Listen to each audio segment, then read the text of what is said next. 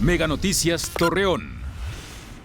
En Mega Noticias nos esforzamos por traer la información precisa y oportuna. Con nuestro equipo de profesionales tendrás la noticia más actualizada y detallada de los acontecimientos en la comarca lagunera. Mega Noticias Torreón, de lunes a viernes, 8 de la noche, por el 151 de Mega. Nosotros te informamos para que tú tomes las mejores decisiones.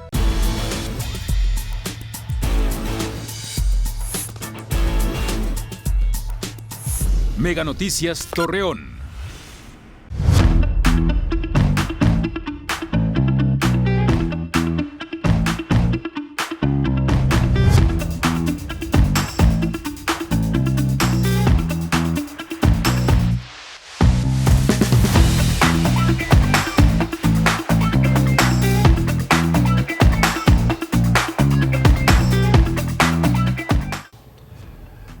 Qué gusto que nos acompañe en este inicio de fin de semana. Gerardo, qué gusto, Gerardo Hernández. Buenos días a ti, a la audiencia, un fuerte abrazo. Bienvenido. Feliz fin de semana. Bienvenido desde Saltillo, como siempre, haces el periplo de venir hasta Torreón, cosa que te agradezco mucho para efectos de este programa. Con mucho gusto compartir contigo esta mesa y con el público también, por supuesto. Claro, y además que nos permite, a través de tu experiencia y lo que vives, conocer pulsos y sentires. Y antes que nada quisiera preguntarte, hay dos temas que me interesan mucho para abrir boca antes de entrar de lleno al programa, comentar contigo. Uno, ¿en qué quedó, cómo terminó finalmente el asunto de estos jóvenes del Tecnológico de Saltillo, que hace unas semanas manifestaron su molestia por lo que se consideraron un agravio al haber tomado las instalaciones por parte de funcionarios del gobierno del estado y del municipio para una fiesta pues casi de corte privado? Finalmente se manifestaron. Sí, hubo una reacción muy enérgica de estudiantes, cosa que se celebra, que ¿verdad? Convoca, por supuesto, a la ciudadanía. Hay un plantón de 10 días en Saltillo, en un crucero estratégico, que es Carranza con Universidad. Demasiado tránsito a todas horas. Sin embargo, fue un movimiento respetuoso. Hubo quien pensó o deseaba que hubiera desmanes para pedirle al gobierno que interviniera la fuerza pública, cosa que no ocurrió. Ni hubo desmanes y tampoco intervino la fuerza pública. Hubo algunas voces de empresarios irresponsables que hablaban de listas negras. Decían, esos jóvenes que están encabezando el movimiento no van a encontrar trabajo en Saltillo en ninguna parte. Hombre, pero así de ese nivel, esa pobreza de les llamó burros, porque así se llama el equipo de fútbol americano del Tecnológico de Saltillo, burros pardos, les llamó descerebrados, ¿verdad? En lugar de pedir soluciones a un conflicto que tiene raíces muy profundas y también muy antiguas. ¿Y esto fue por parte de quién? ¿De empresarios muy focalizados o en general de un gremio? Sí, hay un empresario hotelero, Héctor Rodríguez, quien se caracteriza por ese tipo de declaraciones, muy llamativas, pero también muy irresponsables. Héctor Rodríguez, así es, de la Asociación de Hoteles y Moteles de Saltillo. Hubo una reacción... Seguramente lo vamos a ver ahí su fotografía. Crítica de parte de la sociedad por este tipo de expresiones, porque, insisto, insulta a los estudiantes, los amenaza con que van a perder cualquier tipo de empleo en Saltillo, y prácticamente exige al gobierno que aplique la fuerza pública para el desalojo. Este desalojo ocurrió el miércoles pasado en Saltillo, después de negociaciones entre la desalojo voluntario. Sí, así es. Levantan el plantón, reanudan clases, logran algunos aspectos importantes del pliego petitorio, que tiene 22 puntos, entre ellos la renuncia de la directora Gloria Hinojosa.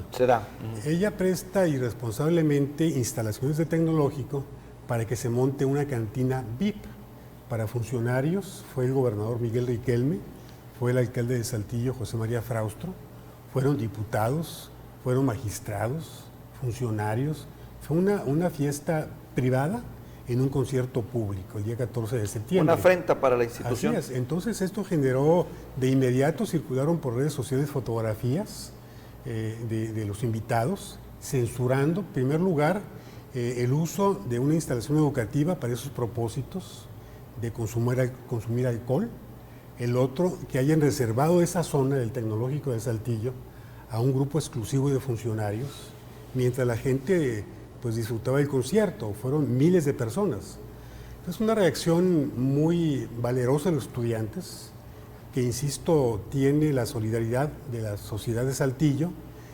Hubo quejas por el cierre de Boulevard Carranza en 300 metros, pero no hubo una protesta social de repudio a ese tipo de acciones. Al contrario, hubo apoyo a los estudiantes porque lo que piden no es ningún absurdo.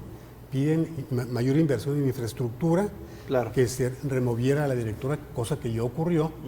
Y finalmente ayer, al filo de las 2, 3 de la tarde, este plantón se levanta por parte de los estudiantes con un resultado positivo para ellos.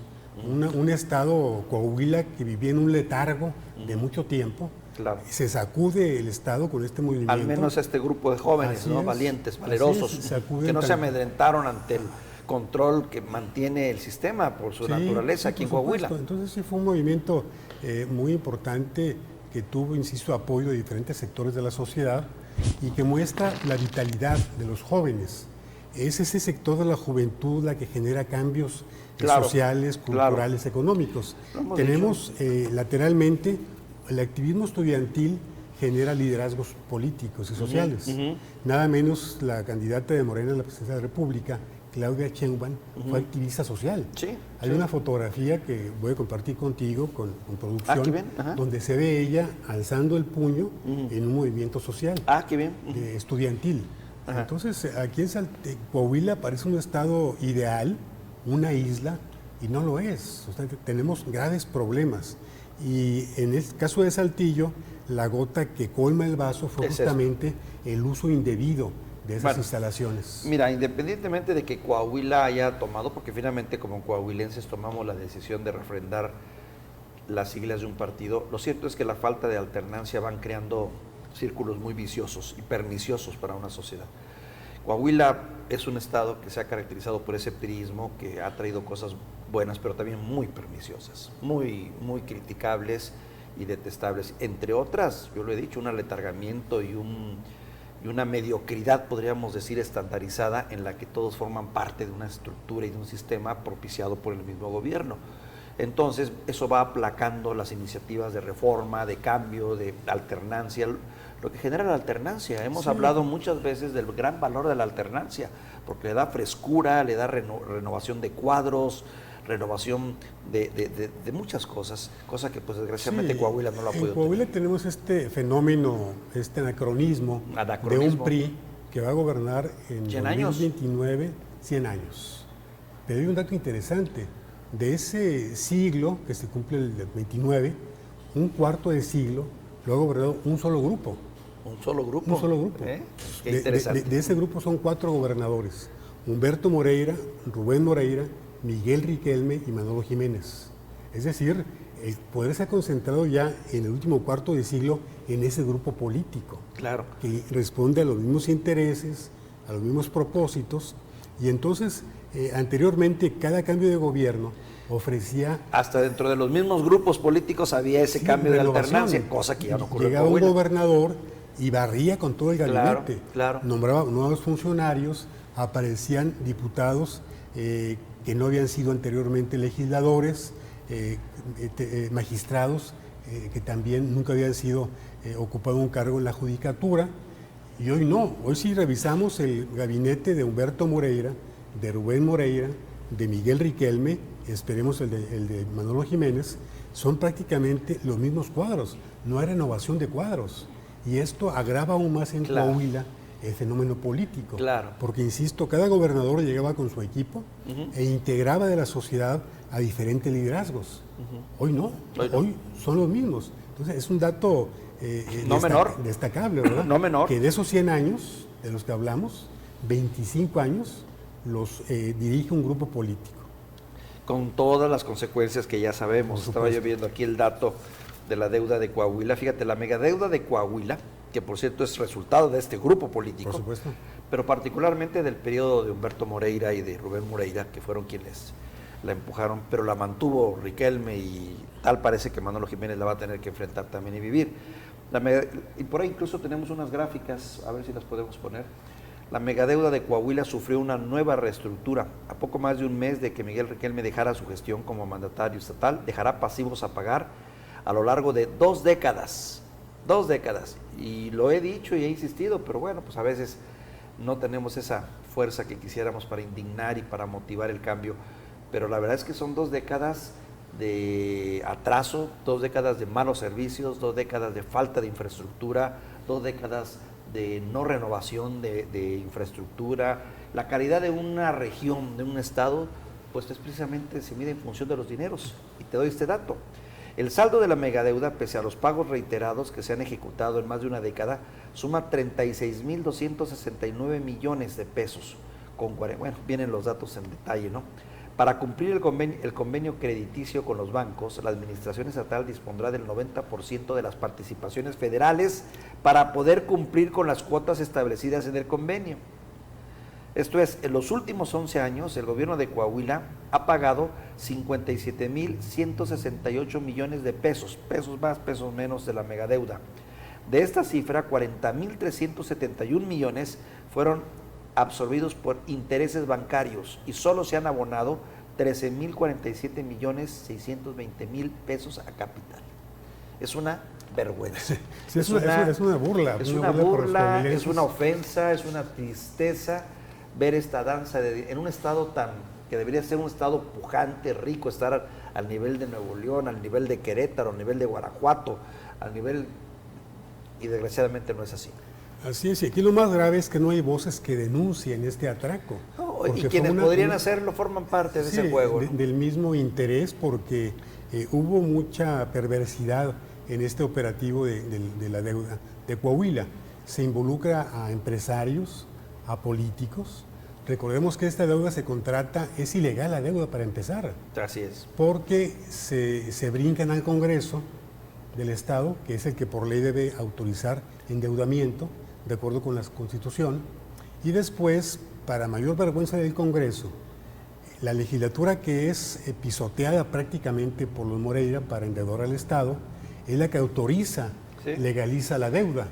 Entonces, hay un gran déficit de cultura crítica en Coahuila, porque yo convengo, aunque es probable, que grupos empresariales guarden silencio por complicidad, por conveniencia, que las oposiciones por falta de liderazgo no alcen la voz, pero que los medios se sumen a esa corriente silenciosa causa mucho daño.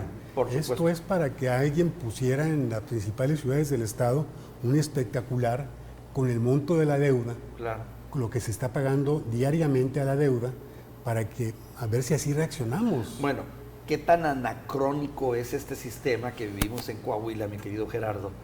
Que pues ya no hay oposición. La oposición que anteriormente era la oposición en este estado se terminó convirtiéndose en aliada política del partido en el poder, ¿no? Sí, o sea, yo estuve en una ceremonia este martes en Saltillo con motivo del día de los 200 años del Colegio Militar. Una ceremonia del Congreso muy solemne, cadetes del Colegio Militar cantando el himno nacional como nunca lo había escuchado en el Congreso, con mucha solemnidad. Y antes de la ceremonia yo vi a ex líderes del PAN departiendo con líderes del PRI como si nunca hubieran sido oposición. Claro. ¿Verdad? Criticando el bloqueo de estudiantes en lugar de defenderlo. Así es. Entonces aquí la única opción de oposición es Morena, que empieza ya a moverse como tal, porque en Coahuila justamente la falta de voces críticas que hagan sentir el malestar ciudadano es lo que permite que el gobierno pues tenga este control, que vemos un control político sin fisuras. Así es. Y resultado precisamente de este tipo de situaciones anacrónicas que ya las hemos enumerado de alguna manera, y entre otras lo que tiene que ver con el tema de los dineros, pues bueno, es el resultado que tenemos una obra pública muy pobre. Y no por esto de mérito esta obra que se construyó recientemente aquí en una de las partes más céntricas de la ciudad, que es el paso a desnivel de Cuatro Caminos, así se conoce como uno de sus nombres, pero yo me felicito y me congratulo de la obra, pero también no dejo hay que verlo en su dimensión real. Si lo vemos en un contexto de la fortaleza, riqueza de un estado y de lo que debería de tener, es muy poca obra. Y aparte, criticable, porque han comenzado a surgir voces de que no fue bien diseñada en el fondo. Pero tú tienes tus impresiones. Sí, me decía esta mañana justamente en Simaco, una persona que labora allí, acerca del diseño de esta obra. Se dice que es sistema vial 4 caminos. No, es sistema vial para 4 caminos, es decir, para un negocio. Para un negocio. ¿Verdad? Se beneficia al negocio de una manera importante. Donde había conflicto, se creó un conflicto. ¿Sí? La circulación en un solo sentido a partir de la Ávila Camacho cruzando la Cuauhtémoc, se cierran diferentes cruceros a lo largo del Boulevard Independencia.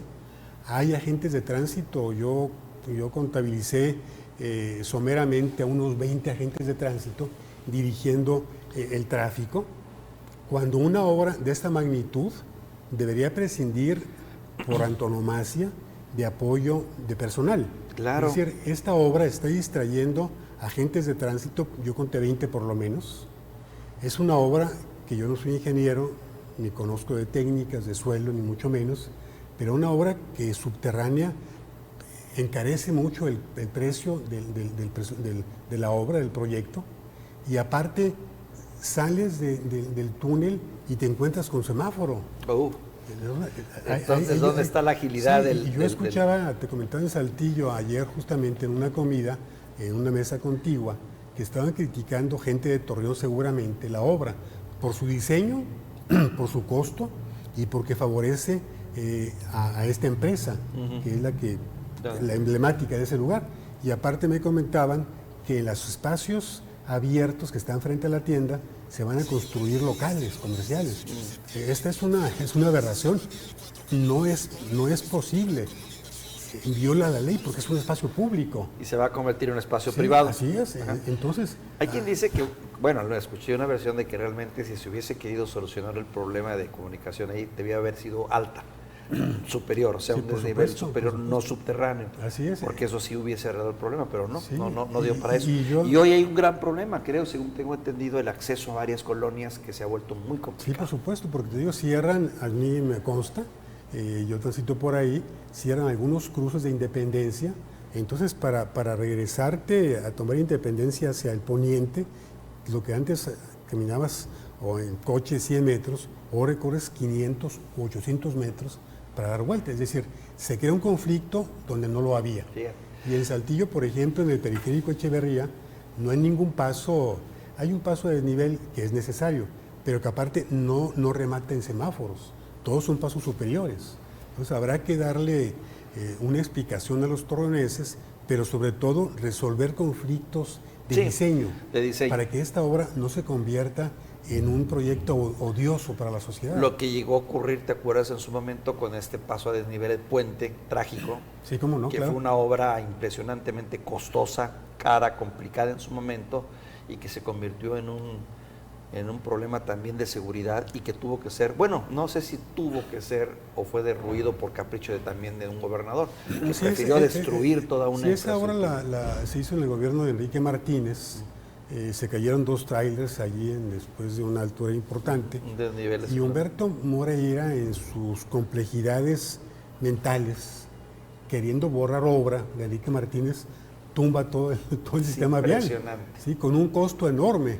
Claro. Porque se gastó en construirlo, se gastó en demolerlo, se gastó en construir otro que quedó muy limitado, muy molesto con respecto al anterior. Sí, claro, la otra era una obra de ingeniería impresionante, que incluso creo que ganó premios y reconocimientos, pero eso te habla de las aberraciones que tenemos en este estado. Sí, y de cómo se toman decisiones arbitrarias, claro, que finalmente no pegan en el bolsillo del gobernante, pegan en el presupuesto, claro, y afectan por consecuencia a todo un estado. Dinero público que finalmente es nuestro, pero que termina en negocios privados y en pésimo crecimiento. Sí. En fin, ¿qué tema? ¿Nos vamos a otro tema? Por supuesto. Nos vamos a otro tema. Antes, una pausa muy breve. Estamos de regreso. Gracias por acompañarnos esta mañana aquí en Olla de Grillos.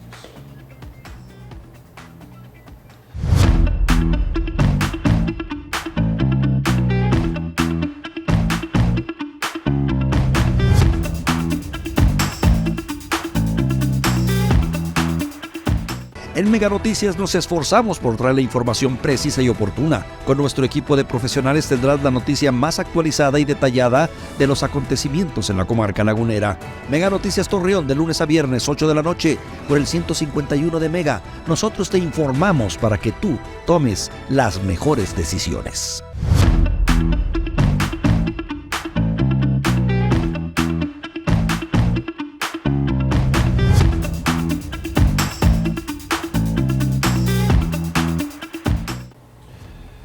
Y bueno, pues de nueva cuenta le doy la bienvenida. Daniel, ¿cómo estás? Buenos días, Lic.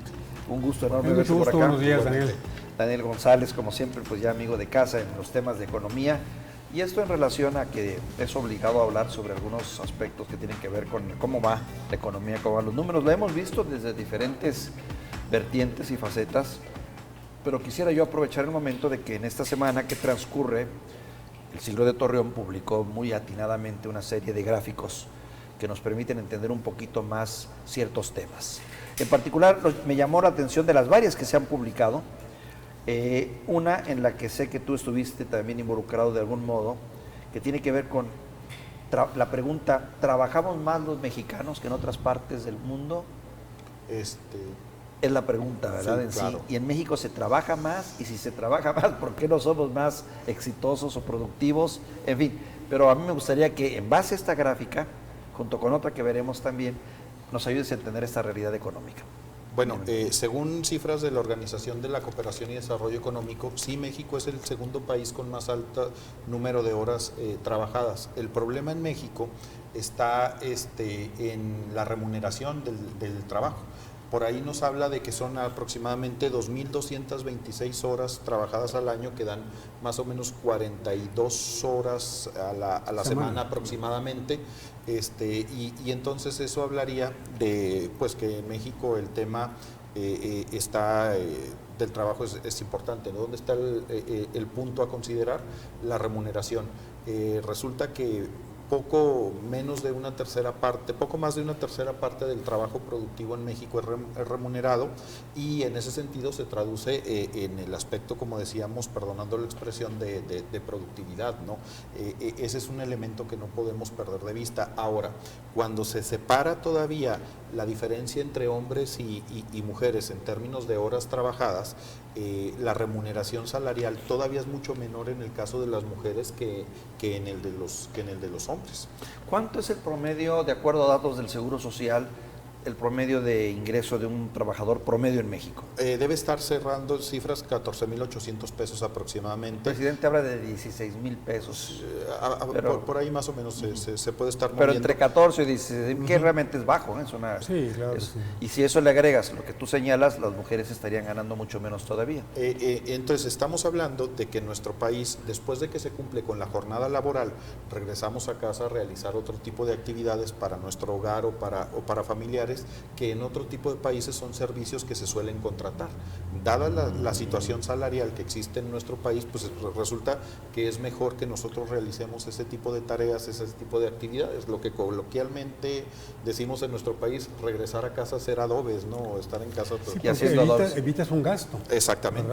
Un gasto porque supongamos una falla en la casa que tú puedes reparar, te ahorras lo que te costaría contratar a alguien, ¿no?, encargado de eso. Y aparte también hay casos en los que México, justamente por la remuneración, se trabaja en uno o en dos lugares. Ese es otro tema, ¿verdad? Sí, de acuerdo. Eso acumula la carga laboral y da por resultado al año una sociedad estresada, agotada, ¿verdad? Por eso las iniciativas de esta administración de reducir las horas de trabajo, de aumentar el ingreso por diferentes vías, pues contribuye, apunta justamente a quitarle carga, ¿no?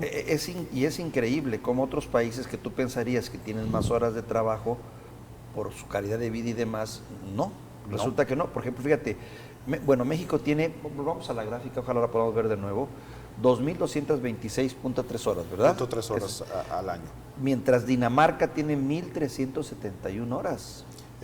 Sí, es casi la mitad, que repercute en lo que tú dices, calidad de vida. Claro. España, 1.643 horas. Y el otro tema que también se debe de considerar en la gráfica son los beneficios de la formalidad laboral, ¿no? En donde, por ejemplo, el tema de la paternidad en México son aproximadamente la licencia de paternidad 5 días, cuando en Dinamarca se puede hablar hasta de 52 semanas, de acuerdo a lo que estábamos viendo. Hay países del primer mundo como Estados Unidos que no tienen este tipo de beneficios para el trabajador, pero las economías, sobre todo de Europa, muy preocupadas por el tema de la eficiencia de los trabajadores desde sus espacios de descanso. Y un poquito hablando de la calidad de vida, Gerardo, te comentaba yo que tuve la oportunidad de estar recientemente en Montreal, Canadá, por razones de familiares, y me llamó la atención cómo, siendo ciudades tan desarrolladas, tan altamente modernizadas, mantienen un espíritu todavía muy local, y defienden una serie de elementos que para mi gusto se traducen en calidad de vida. Y por ejemplo me llamó la atención de que ahí tienen horarios más tranquilos. Por ejemplo, trabajan hasta las 2 de la tarde y se van a comer. Cierran los negocios y los vuelven a abrir un ratito en la tarde, y luego la mayor parte de la tarde, de las 6 en adelante, se la pasan conviviendo. Claro, entiendo que fue en una época en la que el clima era propicio para ese tipo de actividades, pero tú veías a las 6 de la tarde las cafeterías llenas, los bares, los restaurantes de gente que acababa de salir de trabajar. Sí, aquí aquí no, aquí sales a las 8 de la lo noche. mismo, ¿no? 2 horarios, con 2 horas para comer, que las 2 horas para descansar también, pero entramos en una dinámica de un capitalismo salvaje, muy agresivo, que tiene como fundamento la explotación del hombre. Así es. Y en ese sentido pierdes calidad de vida, pierdes tranquilidad, pierdes tiempo incluso para convivir con la familia, para divertirte, para pasear o para el ocio simplemente. Entonces son sociedades muy avanzadas a las cuales tienen que ser modelo para nuestro país. Y que tienen modelos económicos precisamente no tan nuevos, porque el concepto de economía de bienestar que surge en Alemania va precisamente vinculado a este tema de fortalecimiento del mercado interno, que muchas economías, sobre todo las que exageran del neoliberalismo, si me permiten la expresión, que no protegieron sus mercados, no protegieron sus pequeños negocios y son víctimas de este capitalismo depredador, ¿no? La pregunta sería, en ese recorrido que usted hacía, ¿cuántas empresas transnacionales usted encontraba como grandes tiendas departamentales que pagaran muy bajos salarios, o franquicias de corte internacional que estuvieran por encima de los restaurantes, de las cafeterías, etcétera? Y una duda que tengo, y te la planteo a ti también, Gerardo, igual ustedes saben más de este tema en ese sentido, pero que se me hizo interesante. ¿Por qué en países como Estados Unidos y Canadá, que entiendo son países de primer mundo, y los menciono porque, bueno, es donde recientemente he estado, el trabajo se paga por hora, lo que lleva a un nivel de eficiencia muy interesante? O sea, te pagan, si vas a trabajar 8 horas o 7 horas, 6 horas, pero se te paga por hora trabajada. Sales a comer y no se te paga esa hora de comida, ni mucho menos, y regresas y te están tasando la hora trabajada. Y eso se traduce en gente que sí está dedicada a su trabajo, porque ese es el otro tema, la productividad, la eficiencia. Tú llegas a tu trabajo normalmente aquí, entre que preparas el café, te echas el chal, lees el periódico y aprendes la computadora y ya le comiste al día. O sea, no sé por qué eso no ha podido ser implementado en México. No sé si eso fuera positivo o no, no sé. ¿Tienes alguna respuesta, Gerardo? Bueno, pagar por hora sería ridículo. O sea, porque si divides el ingreso por hora, tendrías tú un choque con la realidad. O sea, se paga muy mal en México. Y eso también obedece a un modelo político empresarial en el cual esa inercia, esa combinación de intereses afecta siempre al trabajador. Entonces tenemos una clase laboral sobreexplotada, mal valorada, ¿verdad? De ahí esa frase de que yo hago como que trabajo y tú haces como que me pagas, ¿no? O sea, tú haces como que me pagas, yo hago como que trabajo. Las maquiladoras generaron empleo, pero con un altísimo costo social, económico y también moral. Las maquiladoras llegan, por ejemplo, en masa a la frontera y ocupan intensivamente mano de obra, mal pagada, en muchos casos de mujeres, de madres solteras o casadas. Y que crean un problema social tremendo, ¿no? Porque lo que dice Daniel, del hogar. El Estado no te garantiza que tus hijos, a ti trabajador, tengan una guardería, o alguien que se ocupe de ellos. Entonces dejas a tus hijos en esos casos o solos o con la abuela y ya vimos las consecuencias. Eso genera hogares desintegrados, delincuentes, adolescentes delincuentes, niños muertos incluso. Alta drogadicción, redes de tráfico de personas. Claro. Entonces, justamente porque no existe una estructura desde el poder, desde el gobierno, que le dé sustento a estas familias. Sí, que no creo un círculo virtuoso de protección, de trabajo y protección que permitiera que si las madres iban a incorporar a las maquilas, surgieran figuras que protegieran a los niños. ¿No se dio? Así es. Y luego también esos vicios sindicales, ¿verdad? El sindicato blanco, el charrismo, que hace contratos a conveniencia de la empresa, con líderes en muchos casos muy corruptos y con trabajadores que reciben castigos por diferentes lados, del sindicato, de la empresa, de tu entorno, de tus autoridades. Entonces México no ha estallado como país porque tenemos un pueblo muy noble, porque en esas condiciones ningún país soportaría. Claro. De hecho, la tabla lo presenta, ¿no? Son $16 por hora que se producen por trabajador en México, cuando estamos hablando que en Estados Unidos esta tabla que se está viendo hace un momento, hablaba de $74 por hora trabajada, ¿no? Estamos hablando de una diferencia de prácticamente $60, $55 en diferencia de productividad, ¿no? Es el tema de la hora y de la jornada de que trabajo, es algo ¿no? que se trata de resarcir ahora, o sea, de alguna manera con el tratado del TEMEX y todo eso estamos tratando un poquito de emparejar los cuadros, ¿no? Pero recordando que mucho por presión de los mismos sindicatos en Estados Unidos que ya estaban en desventaja frente a la mano de obra mexicana, ¿no? Por el concepto de competitividad. No por nosotros ni por una iniciativa, digamos, del sector empresarial o de sentido de conciencia o de cambiar el paradigma, sino más bien por esa presión de una relación. Qué interesante y qué triste también, ¿no? Porque al final del día te das cuenta cómo, pues en muchos sentidos hemos tenido también una clase empresarial muy voraz, muy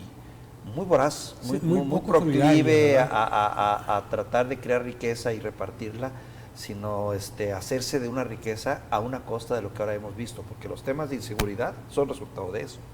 Los temas de secuestro, robo y crimen organizado son resultado de una sociedad muy pauperizada, ¿no? Y ese tema de puertas giratorias, en donde es muy fácil pasar del sector gubernamental al empresariado y viceversa, en donde termina por trastocarse el modelo económico pues eficiente, ¿no?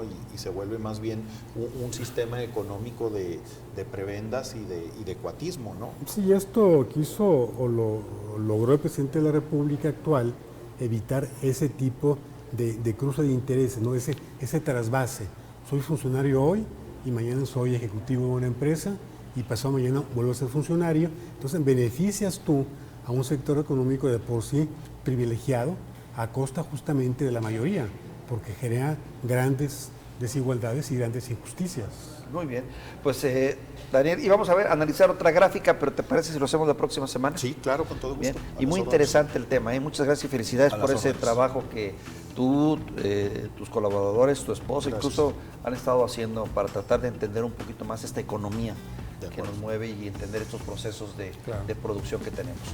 Gracias, Daniel González. Muchísimas gracias por la conversación. Mucho gusto. Una pausa breve, regresamos, tenemos más.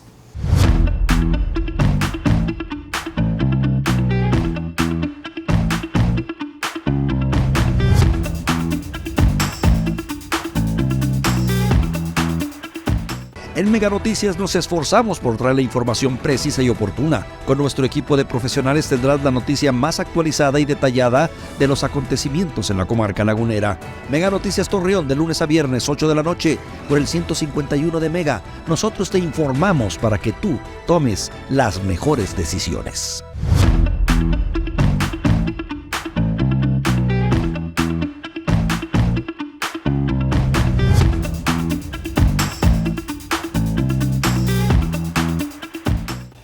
Le doy la bienvenida y le agradezco mucho el tiempo al padre Rafael López de la parroquia de Fátima. Muchas gracias, padre, por estar acá. Un gusto verte. Y bueno, mucho gusto, muy buenos días. Te hemos visto prácticamente todos los días como promotor, como testigo, como periodista, como reportero, porque has estado documentando, y no solo documentando, sino también te has comprometido, tu gente, tú, con una causa muy noble, muy sufrida, que es la causa de los migrantes. Gracias a ti hemos podido ver imágenes que en otras condiciones no hubiéramos visto. Por ejemplo, ese paso de los trenes con gente atiborrada, con trenes atiborrados de gente, esa presencia de niños, niñas que vienen viajando en condiciones terribles con sus papás, los mismos testimonios tuyos que has subido a través de las redes y a través de cuanto medio te ha abierto la puerta, nos permite entender un poco más este drama, y creo que también nos permite sensibilizarnos y generar una empatía y ver a los migrantes como seres humanos que son víctimas de una situación económica, política, social, y no como rufianes, como alguien ha dicho, delincuentes que hay que rechazar y que hay que tratar de regresar. Un problema social descomunal que ha tomado relevancia importante de nueva cuenta, como una nueva oleada de miles y miles de migrantes que han tratado de llegar desesperadamente, ahora sí, de estados fallidos, de estados fallidos, y que por esa razón se ven obligados a migrar principalmente ahora a través del tren. Torreón se ha convertido en un epicentro de todo este movimiento por su ubicación geográfica, por ser una zona de paso, de transmisión hacia el norte del país, hacia diferentes rutas, principalmente dos rutas importantes donde está presente el tren. Pero más que yo, quisiera tu testimonio, tu percepción de cómo ves esta situación y lo que has vivido, qué te ha dejado, padre. Sí, pues mira, yo tuve el primer contacto con ellos hace 17 años. Yo estuve ahí en la parroquia Las Julietas, donde está el centro de día Jesús Torres Fraire, que ya tiene más de 10 años trabajando con los migrantes. Entonces, ese fue mi primer contacto. Llegaban a la parroquia de Santa Cecilia, ahí está un comedor comunitario, ahí se les daba de comer, pero era 1, 2, así esporádicamente. El primer testimonio que tengo es de una chica, no recuerdo la nacionalidad, muy guapa, pero muy sucia, pero, o sea, su rostro bonito. Y me nació preguntarle cómo se cuidaba. Y me dijo, tomo pastillas anticonceptivas porque sé que me van a violar. Ese fue así. Su respuesta primero. Yo tenía unos meses de ordenado, tenía muy poquito, estaba iniciando. Ese fue mi primer contacto con los hermanos migrantes en esa parroquia donde está el centro de día Jesús Torres Fraire. Ya después, bueno, por azares del destino, ando en otras comunidades, y hace 2 años llego a la parroquia de Fátima y mi vecino es el tren. O sea, Ferromex es mi vecino. Esa parroquia estaba, así la ubico yo, son 35,000 personas al sur de la ciudad de Torreón. Lo bordean Peñoles, Cementos Mexicanos y Calidra de La Calera. Y el borde de la parroquia son las vías y el otro borde son los cerros. Es una parroquia encerrada en estas dos grandes empresas, las vías y los cerros. Entonces, yo todos los días los veía a los migrantes. Yo tengo la costumbre de correr o caminar por todo el Boulevard Laguna Sur y me los topaba todos los días. Los saludaba, me presentaba, les decía, váyanse al centro de día, ahí les pueden dar alimento, medicamentos, ahí hay una atención integral. Todos los días, 1, 2, 3, a veces 5, 6, nunca veía grupos numerosos. Pero hace como 20 días me llamó la atención ver familias. O sea, eso es lo que a mí me llamó mucho la atención. Familias con niños pequeñitos, allá de brazos. Me acerco a los patios de Ferromex, empiezo a preguntar, dice, no, pues son venezolanos. La mayoría de los que vienen ahora son venezolanos. Entonces, claro que me dirijo con los del centro de día, digo, ¿cómo les podemos ayudar? Pues a transportarlos, a llevarlos, a que los atendieran todos los días, ¿verdad? Todos los días. Entonces, viendo esta necesidad, viendo esta situación, pues yo platicando ahí sobre todo con el padre jesuita Lalo, le digo, oye, estaría bien darles la necesidad primaria, que es la comida y la hidratación. y nos sentimos rebasados porque eran miles, o sea, miles. Ha habido miles, o sea, en la colonia Braulio Fernández Aguirre ha habido miles de migrantes queriendo comer, tomar agua, bañarse, o sea, es impresionante, te quedas rebasado ante esas cantidades. Cuando dices miles, incluyes familias. Familias sí, completas. Familias completas, 1,600.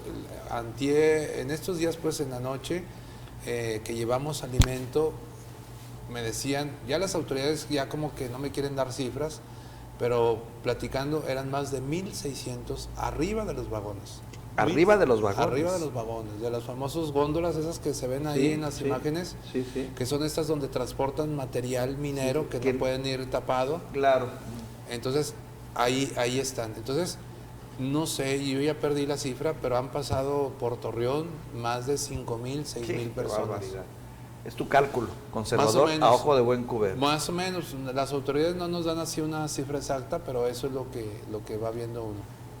Sí, es una gran crisis humanitaria a escala internacional. Lo vemos aquí en Torreón porque es donde se reside, pero también en Europa estamos viendo cómo cruzan familias completas atravesando el mar.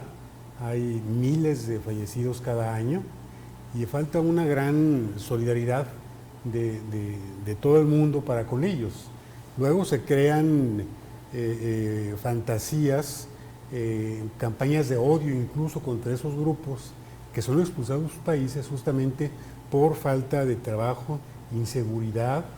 Países tan ricos como fue y sigue siendo Venezuela, que antes ocupaban un lugar muy importante a escala internacional, hoy están en una pobreza muy, muy profunda, pero también es un fenómeno mundial porque hay informes de que la riqueza se sigue concentrando en muy pocas manos y aumenta la brecha social y tenemos como consecuencia ese tipo de fenómenos que son de altibajos. Hay momentos en una gran corriente migratoria, luego disminuye, pero todos apuntan al norte, es decir, a un país que ofrece oportunidades, pero que también tiene políticas muy agresivas contra estos grupos humanos, que genera, insisto, una gran crisis humanitaria que necesita, como lo dijo el Papa Francisco, mayor atención de los gobiernos, mayor solidaridad, porque es gente que tiene muchas necesidades. Y yo he dicho mayor compromiso también de Estados Unidos. Estados Unidos tiene una gran responsabilidad en este problema y debe en consecuencia también actuar, porque le es muy cómodo dejarle el paquete a México, dejarle el paquete a estos países que son países fallidos en muchos sentidos, pero ellos también tienen mucha responsabilidad por las políticas económicas que han tenido en años anteriores, ¿no? Pero ¿cuál ha sido la respuesta, padre? ¿Cómo calificas la respuesta de la sociedad lagunera en particular? Fíjate que ha sido muy generosa. ¿Ha sido generosa? Ha sido generosa. Claro que ahí ha habido brotes de rechazo, claro, pero pues es normal, ¿verdad? Sabemos que en una sociedad, como lo dice el Papa Francisco, acostumbrada a descartar, ¿verdad? El Papa Francisco, para mí son 3 temas de él: los ancianos descartados, los migrantes descartados y los pobres descartados. ¿Descartados? Descartados, es la expresión que él utiliza, el descarte, el desecho. La eliminación, La ¿no? eliminación. Sí. Entonces, ha sido muy generosa la respuesta, falta más. Yo creo que, como lo dicen, más voluntad política para que ellos no sufran, porque llevan no una semana, llevan meses tratando de cruzar por México. A mí me llama la atención cómo no les permiten utilizar el transporte público. O sea, la Secretaría de Comunicaciones y Transporte no sé por qué no ha permitido que los transporten en autobuses. O sea, la mayoría de ellos, algunos, pues venden sus casas, venden sus propiedades y traen dinero para poder dirigirse a la frontera norte. Y también, por ejemplo, yo lo vi en España, yo viví un tiempo en Navarra, en Pamplona, veía esta migración de africanos en el norte de España, o sea, en la calle, y los tenían así como... En guetos. En guetos, o sea, allá a esos barrios no vayas porque hay migrantes. Cuando estuve en Madrid, me tocó que me hospedaran una familia ecuatoriana de migrantes en un edificio no abandonado, pero sí ocupado por migrantes. Y yo les preguntaba, ¿por qué se vienen? Dice, pues fue algo circunstancial poder venir a Europa, ecuatorianos en Madrid. Y de hecho nos para la policía, nos identificamos y sí viven con ese temor de ser expulsados y también hay una deuda moral e histórica de las potencias mundiales, porque la colonización, la conquista de España en América Latina generó genocidios, explotación de riqueza. Entonces, como ocurrió de parte de Europa con respecto a África, entonces son corrientes migratorias que se están dirigiendo a los países que antes los explotaron, justamente para cobrar una deuda histórica y moral. Esos países que explotan la riqueza, que explotan vía la esclavitud a varias generaciones, se hacen oídos sordos. Tienen un gran compromiso, insisto, económico y moral esos países, Francia, Reino Unido, España, Estados Unidos, con los países a los cuales explotaron y generaron condiciones de pobreza, porque llegan a Centroamérica, a algunos países de América del Sur, a México inclusive, y después explotan la riqueza, se van y dejan pobreza. Claro. Entonces es un ajuste de alguna forma de cuentas de países que fueron explotados, que esas generaciones que no tienen oportunidad están tratando de que se les compense de alguna manera el daño que se les causó en otro momento. Padre, te preguntaría, ¿estás solo, tu equipo, tú, tu gente, están solos en este esfuerzo por paliar o hay más gente y grupos involucrados, más sociedad involucrada? No, claro que no. Están el centro de día, Jesús Torres Fraire, que son los que llevan, por ejemplo, la batuta de este trabajo. Ellos tienen más de 10 años trabajando con los migrantes, es obra de los padres jesuitas. Y bueno, ellos están ubicados en la colonia de Julietas, ahí a un lado de las vías. Y nos sumamos, pues, ¿verdad? Sociedad civil, iglesias, algunos organismos del municipio, pues para brindarles esta ayuda a nuestros hermanos migrantes. Pues es un trabajo en conjunto. Hay centros de acopio para que la gente de la sociedad que quiera contribuir con agua, con víveres, con comestibles, puede entregarlos. Sí, está el centro de día y en las colonias de Julietas, Yucatán 171, está Casa Íñigo, está la parroquia de San Judas Tadeo, son lugares que apoyan a la Casa del Migrante y bueno, cualquier parroquia puede apoyar. También ahora en estos días abrimos la comunidad de Santiago Apóstol de la parroquia de Nuestra Señora de Fátima, donde soy párroco, y ahí también se puede llevar apoyo. Está Cáritas Diocesana, que también tiene la Posada del Peregrino, que tiene también muchos años en la colonia Nueva California, atrás de la Central Camionera en la Avenida La Paz. Y bueno, pues son estas instituciones que estamos brindando esta ayuda humanitaria. ¿Por qué? Porque llevan 2, 3 días en los vagones, con hambre, con frío, con sed. Imagínate nada más los pequeñinos, sí, sobre todo a mí me mueven mucho los niños. Ahí los vemos en las imágenes, son pequeñitos, o sea, son familias completas. No es el migrante que nosotros veíamos comúnmente, el hombre recio, duro. No, son niños frágiles, mujeres frágiles, niñas frágiles. Son familias migrantes. Pero ahora también son hay familias niños migrantes solos, hay niños que migran solos, sin compañía de padre ni de madre. Así es, hay una gran cantidad de niños. Están expuestos a cualquier tipo de peligro. En Saltillo, el obispo Raúl Vera hizo una gran obra en este aspecto de los migrantes. El padre Pedro Pantoja también, que falleció hace poco, 3 o 4 años.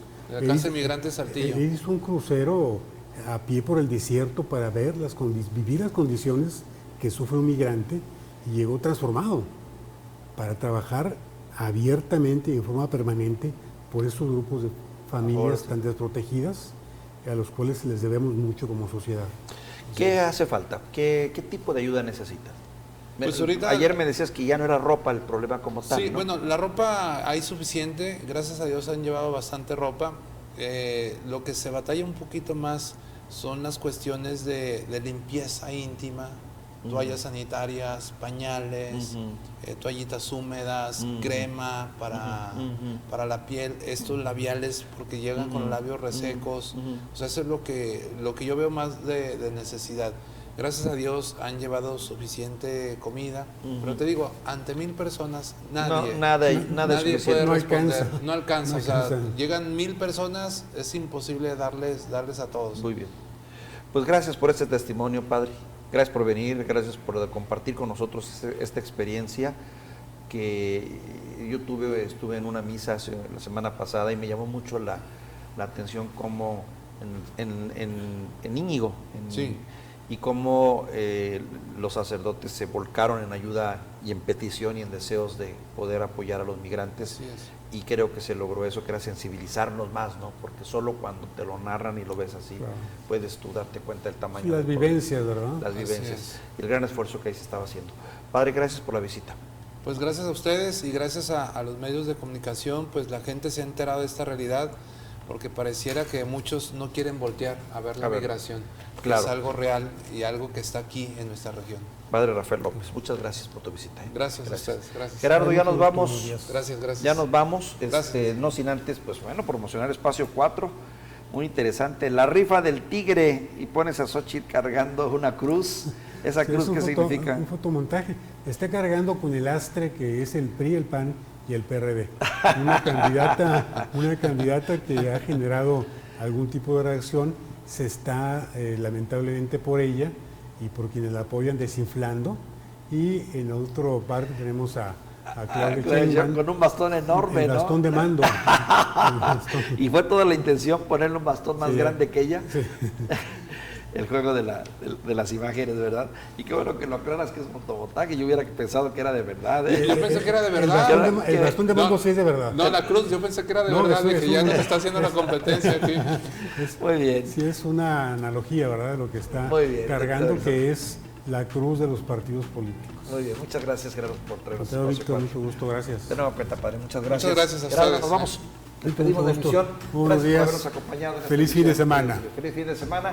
Este programa se repite también el domingo a las 9 de la mañana, lunes a las 11 de la noche y naturalmente en las redes sociales ahí está presente. Gracias. Muy buen fin de semana.